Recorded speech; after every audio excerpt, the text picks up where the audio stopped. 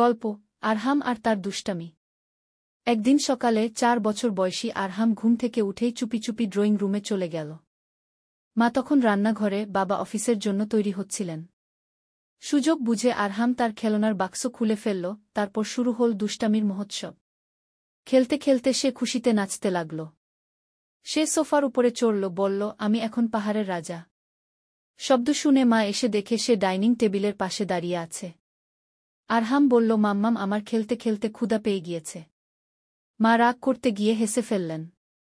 Table থেকে apple নিয়ে আরহামকে খেতে বললেন। বাবাও এসে বললেন, বেশি বেশি ফল খেতে, ফল স্বাস্থ্যের জন্য উপকারী। আরহাম খুশি হয়ে বলল, জি বাবা, ফল আমার খুব প্রিয়। সেদিন আরহামের দুষ্টামিতে ঘরটা যেন ছোট্ট একটা কার্টুন দুনিয়ায় রূপ নিয়েছিল। শেষে ক্লান্ত হয়ে মায়ের কোলে এসে ঘুমিয়ে পড়ল সে। মা আদর করে বললেন, দুষ্টু হলেও তুই আমার পৃথিবীর সবচেয়ে প্রিয় আরহাম গো।